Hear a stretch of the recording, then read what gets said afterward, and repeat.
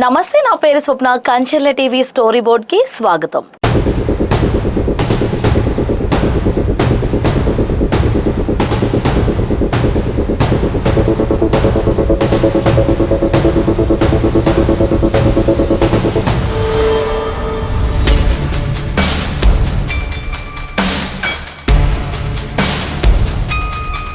ఉత్తరాంధ్ర ప్రజల ఎన్నో ఏళ్ల కల సాకారమైన వేళ విజయనగరం జిల్లా భోగాపురంలో నిర్మించిన అల్లూరి సీతారామరాజు అంతర్జాతీయ విమానాశ్రయం దేశ దృష్టిని ఆకర్షిస్తోంది. ఈ చారిత్రక ఘట్టాన్ని పురస్కరించుకొని రాష్ట్ర ప్రభుత్వం సంప్రదాయం, సంస్కృతి ఉట్టిపడేలా ప్రత్యేక ఏర్పాట్లు చేసింది. ప్రధాన ఆకర్షణగా 13,500 మంది గిరిజన మహిళల దింసా నృత్య ప్రదర్శన నిలిచింది. ఉత్తరాంధ్ర ప్రజలు ఎన్నో ఏళ్ల కలగా నిలిచిన భోగాపురం అల్లూరి సీతారామరాజు అంతర్జాతీయ విమానాశ్రయం ప్రాంత అభివృద్ధిలో కీలక మైలురాయిగా నిలుస్తోంది.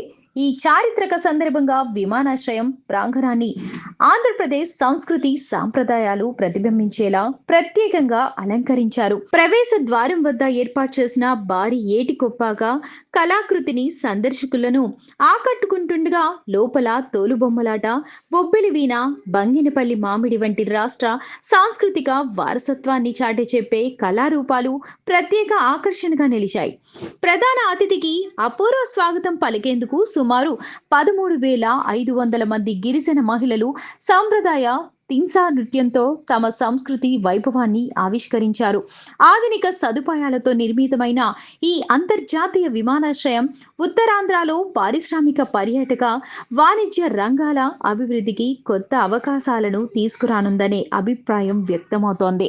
ఉత్తరాంధ్ర అభివృద్ధి ప్రయాణంలో మరో కీలక అడుగుగా నిలిచిన భోగాపురం అల్లూరి సీతారామరాజు అంతర్జాతీయ విమానాశ్రయం ఈ ప్రాంత భవిష్యత్ అభివృద్ధికి కొత్త దిశను చూపుతుందనే ఆశాభావం వ్యక్తమవుతోంది.